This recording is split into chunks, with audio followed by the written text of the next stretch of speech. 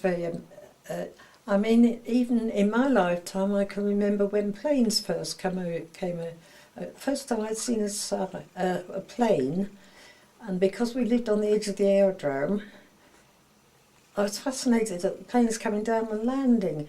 And my grandfather had bought me a scooter, and Mum said, "Oh, she'll hurt herself on that." You know what mothers are like, protective. And he said, "She'll be all right." Well, I was scooting down the hill and hit a brick. Landed, I've still got a scar under my chin, and poured with blood, and came home dragging my scooter behind me. My mum said, "I knew she'd hurt herself." But he was quite concerned about it. It was, "Oh, sorry." So I said, "It's all right, Grandad, I liked it."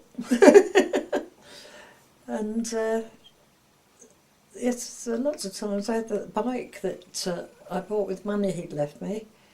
Bought my first bicycle, had 3 or 4 accidents in less than a month. One was going into the camp gates, which pretty wide, but not terribly wide. About as wide as this room, I suppose. But the road sort of went up, and the camber was very steep. And they tarmacked it, and I skidded off my bike and hurt myself then. And the other one was, going down the hill, I couldn't think which was the brake you had to pull on to slow it down. So I put them both on and went straight over the top of it, went into the hedge. Came home full of prickles and things. I've done that. And a damaged bike, which we put right.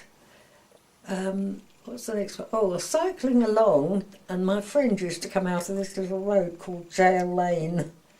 And I'm looking to see if she's coming as I slowly cycled across, and suddenly there was a thump in my chest. A man had come out of a garden with a ladder on his shoulder, and I'd hit the ladder. That's awful.